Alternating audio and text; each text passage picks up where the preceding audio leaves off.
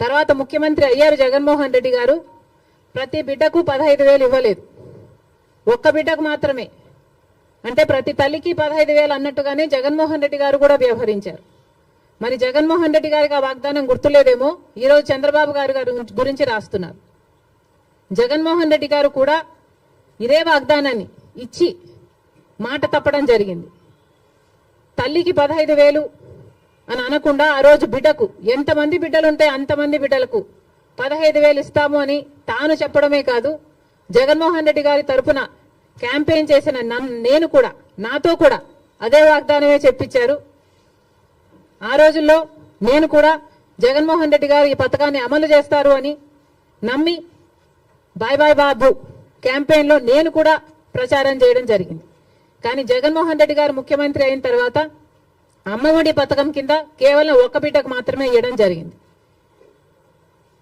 జగన్మోహన్ రెడ్డి గారు ఒక బిడ్డకే ఇచ్చారు. ఇప్పుడు చంద్రబాబు గారు కూడా ఒక బిడ్డకే ఇస్తారు అని అర్థం వచ్చేటట్టుగా నిన్న జీవోలో ప్రతి తల్లికి 15,000 అని రాయటం జరిగింది. కాబట్టి చంద్రబాబు గారు దీని మీద క్లారిటీ ఇవ్వాల్సిన అవసరం ఉంది అని కాంగ్రెస్ పార్టీ డిమాండ్ చేయడమే కాకుండా ప్రతి బిడ్డకు మీరు వాగ్దానం చేసినట్టు సూపర్ 6లో ఉన్న ప్రతి వాగ్దానము నిలబెట్టుకోవాలని కాంగ్రెస్ పార్టీ చంద్రబాబు గారిని, కూటమిని డిమాండ్ చేస్తున్నాం. ఇప్పుడు షర్మిల గారు ఎక్కడున్నారు? ఏ పార్టీలో ఉన్నారు? సొంత పార్టీయా? కాంగ్రెస్ పార్టీ. కాంగ్రెస్ పార్టీ తెలుగుదేశానికి వ్యతిరేకమా అనుకూలమా? వ్యతిరేకమే కదా.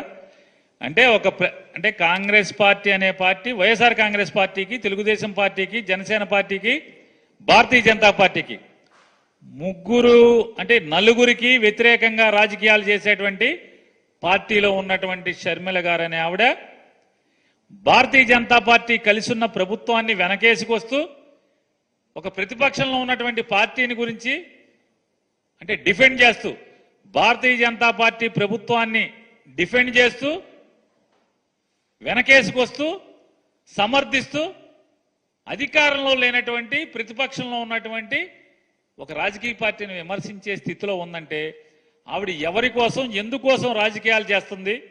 భారతీయ జనతా పార్టీ అలాగే తెలుగుదేశం పార్టీ ఈ ఇద్దరి కోసమే రాజకీయాలు చేస్తుంది, వాళ్ళిద్దరిని సమర్థించడం కోసమే అనేది. ఎందుకంటే వైఎస్ఆర్ కాంగ్రెస్ పార్టీ మీరు మోసం చేశారా అని మేము మాట్లాడితే మాకు సమాధానం చెప్పాల్సింది ఎవరు? కూటమిలో ముగ్గురు ఎవడో ఒకటి సమాధానం చెప్పాలి.